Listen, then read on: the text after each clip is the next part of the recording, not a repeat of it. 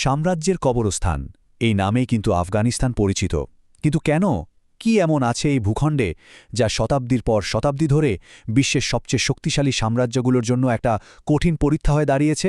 চলুন আজ এই রহস্যময় অঞ্চলের দীর্ঘ আর উত্তাল ইতিহাসের গভীরে ডুব দেওয়া যাক। ফ্রেড হলিদের এই কথাটা কিন্তু অসাধারণভাবে আফগানিস্তানের সংঘাতের মূল ব্যাপারটা তুলে ধরে। দেখুন, তিনি বলছেন এটা আফগানদের নিজেদের লড়াই, আর এর সমাধানও তাদের নিজেদেরই করতে হবে। এই ধারণাটা কিন্তু আমাদের আজকের আলোচনায় বারবার ঘুরে ফিরে আসবে। মনে করে দেখুন ২০২১ সালের আগস্ট মাসের কথা। সারা বিশ্ব দেখল মার্কিন সেনারা চলে যাচ্ছে, আর প্রায় ২০ বছর পর তালেবানরা আবার আফগানিস্তানের ক্ষমতা দখল করছে। দৃশ্যটা যেন ভীষণ পরিচিত, তাই না? একটা বিদেশি শক্তি চলে যাচ্ছে আর একটা স্থানীয় শক্তি ক্ষমতা নিচ্ছে। আফগানিস্তানের ইতিহাসে এই নাটকটা এত বার হয়েছে যে শেষটা কি হবে তা যেন আগে থেকেই অনুমান করা যায়। আর ঠিক এইখানেই কিন্তু আসল প্রশ্নটা চলে আসে, কেন? কেন এই আক্রমণ আর ফিরে যাওয়ার গল্পটা শত শত বছর ধরে একইভাবে ঘটে চলেছে? আফগানিস্তানের মাটিতে এমন কি আছে যা বিশ্বের বাগা বাগা সাম্রাজ্যগুলোকেও শেষ পর্যন্ত হার মানতে বাধ্য করে? এই প্রশ্নের উত্তর খুঁজতে হলে আমাদের কিন্তু ইতিহাসের পাতায় অনেক অনেক পেছনে ফিরে যেতে হবে।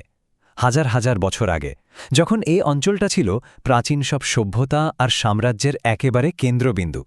তো আমাদের গল্পে শুরু হচ্ছে আরিয়ানা নামের এক প্রাচীন ভূমি থেকে। এটা কিন্তু শুধু একটা জায়গার নাম ছিল না। ভাবুন তো, এটা ছিল একটা সুপার হাইওয়ের মতো, একটা মোড় যেখানে বাণিজ্যের রাস্তাগুলো এসে মিলত, বড় বড় সেনাবাহিনী মুখোমুখি হতো, আর নানা রকম সংস্কৃতি একে অপরের সাথে মিশে যেত। ভাবুন একবার, ২০০০ বছরেরও বেশি সময় ধরে একের পর এক দিগ্বিজয়ী ঢেউ আছড়ে পড়েছে এই মাটির উপর। একদিকে আলেকজান্ডারের গ্রিক বাহিনী, তো অন্যদিকে চেঙ্গিস খানের মঙ্গল সেনা, আবার মুঘলদের শাসন। সবাই এসেছে, আর প্রত্যেকটা সাম্রাজ্যই এখানে তাদের নিজস্ব ছাপ রেখে গেছে, যা আজকের আফগানিস্তানের এই জটিল ইতিহাসটা তৈরি করেছে, অনেকটা একটা মোজাইকের মতো। আচ্ছা, এবার একটু সময়টা এগিয়ে নিয়ে যাই। ঊনবিংশ শতাব্দীতে এসে আফগানিস্তানের এই প্রাচীন ভূমিটা আবারও বিশ্বের নজরে চলে আসে, আর এবার এটা হয়ে ওঠে একটা নতুন বিশ্ব সংঘাতের কেন্দ্র, যা ইতিহাসে পরিচিত দ্য গ্রেট গেম নামে। ব্যাপারটা ছিল একটা বিশাল দাবার বোর্ডের মতো। একদিকে ব্রিটিশ সাম্রাজ্য, অন্যদিকে রুশ সাম্রাজ্য, আর এই খেলার প্রধান ঘুঁটি আফগানিস্তান।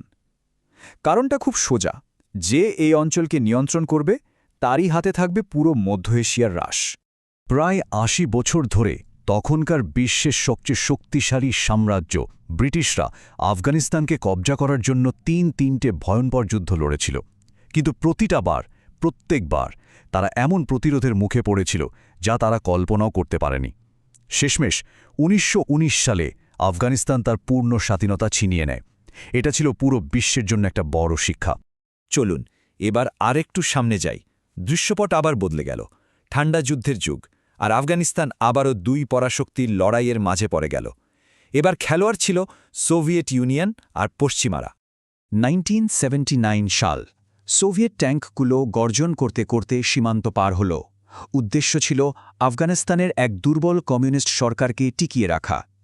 এটা ছিল আফগানিস্তানের জন্য একটা বিধ্বংসী মুহূর্ত, যা এমন এক দশকব্যাপী যুদ্ধের আগুন জ্বালিয়ে দিল যা দেশটাকে চিরদিনের জন্য বদলে দিয়েছে।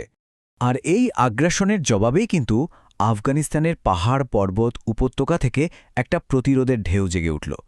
এরাই হল মুজাহিদিন। এরা ছিল বিভিন্ন গোষ্ঠীর যোদ্ধা, যাদের লক্ষ্য ছিল একটাই, নিজেদের মাটি থেকে দখলদারদের হটিয়ে দেওয়া। এই মুজাহিদিনরা কিন্তু একা লড়েনি। মার্কিন যুক্তরাষ্ট্র, পাকিস্তান, সৌদি আরবের মতো দেশগুলো থেকে তারা অস্ত্র আর টাকা, সব ধরনের গোপন সাহায্য পেয়েছিল। তারা এমন এক লম্বা গেরিলা যুদ্ধ শুরু করল যা আফগানিস্তানকে সোভিয়েত ইউনিয়নের জন্য একটা ভিয়েতনাম বানিয়ে ছাড়ল। শেষ পর্যন্ত সোভিয়েতরা হার মেনে পিছু হটতে বাধ্য হয়। কিন্তু যে অস্ত্র দিয়ে তারা জিতেছিল, সেই অস্ত্রই যে খুব শীঘ্রই এক নতুন গৃহযুদ্ধের কারণ হবে তা হয়তো কেউ ভাবেনি। সোভিয়েতদের বিরুদ্ধে জয় এলো ঠিকই, কিন্তু শান্তি এলো না, বরং তৈরি হলো একটা ক্ষমতার শূন্যতা, আর পড়ে রইল একটা যুদ্ধবিধ্বস্ত দেশ। আর ঠিক এই বিশৃঙ্খলার মধ্যে থেকেই জন্ম নিল এক নতুন, আরও কট্টরপন্থী শক্তি। সোভিয়েতরা চলে যাওয়ার পর বিজয়ী মুজাহিদিন দলগুলো নিজেরাই নিজেদের মধ্যে গৃহযুদ্ধে জড়িয়ে পড়ল। আর এই গৃহযুদ্ধের ধ্বংসস্তূপ থেকেই উঠে এলো তালেবান। তারা শৃঙ্খলা ফিরিয়ে আনার প্রতিশ্রুতি দিল। মানুষ তখন শান্তি চায়, তাই তারা খুব দ্রুতই ক্ষমতা দখল করে নিল। কিন্তু তারা যে কঠোর শাসন ব্যবস্থা নিয়ে এলো তা দেখে সারা বিশ্ব হতবাক হয়ে গিয়েছিল। আর ঠিক এই সময়েই আফগানিস্তান হয়ে ওঠে আল কায়দা আর তার নেতা ওসামা বিন লাদেনের জন্য একটা নিরাপদ আস্তানা। তালেবানের ছত্রছায়ায় আফগানিস্তানের পাহাড়ে যে জোট তৈরি হয়েছিল তা খুব শিগগিরই এমন এক ঘটনা ঘটাতে চলেছিল যা পুরো বিশ্বের ইতিহাসকেই বদলে দেবে।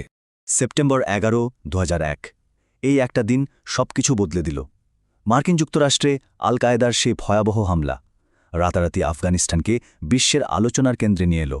শুরু হলো এক নতুন বিশ্বযুদ্ধ, সন্ত্রাসের বিরুদ্ধে যুদ্ধ। এরপর আমেরিকা একটাই দাবি জানাল, ওসামা বিন লাদেনকে তাদের হাতে তুলে দিতে হবে। তালেবান নেতা মোল্লা ওমর সেই দাবি সরাসরি প্রত্যাখ্যান করলেন। এটা ছিল একটা মারাত্মক সিদ্ধান্ত, যা শুধু তাদের শাসনেরই ইতি টানেনি, বরং আফগানিস্তানে আরও একটা যুদ্ধের প্রেক্ষাপট তৈরি করে দিল। আর এরপরেই 2001 সালের 7ই অক্টোবর শুরু হল অপারেশন এন্ডিউরিং ফ্রিডম। মার্কিন জোটের বিমান হামলায় আফগানিস্তানের আকাশ কেঁপে উঠল। খুব দ্রুতই তালেবান সরকারের পতন ঘটল, আর এভাবেই আফগানিস্তানে বিদেশি সামরিক উপস্থিতির নতুন এক অধ্যায় শুরু হল, যা চলেছিল টানা 20 বছর। আর এখানেই দেখুন, ইতিহাস যেন একটা বৃত্ত সম্পূর্ণ করল। আমরা আবার সাম্প্রতিক সময়ে ফিরে আসছি, যে ঘটনাগুলো আবারও প্রমাণ করে দিল কেন আফগানিস্তানকে সাম্রাজ্যের কবরস্থান বলা হয়। 20, হ্যাঁ, টানা 20টা বছর আমেরিকা আর তার মিত্ররা একটা নতুন গণতান্ত্রিক আফগানিস্তান গড়ার চেষ্টা করেছিল। বিলিয়ন বিলিয়ন ডলার খরচ করা হয়েছে, একটা নতুন সরকারকে সমর্থন দেওয়া হয়েছে, আর একটানা তালেবানদের বিরুদ্ধে লড়াই চালানো হয়েছে।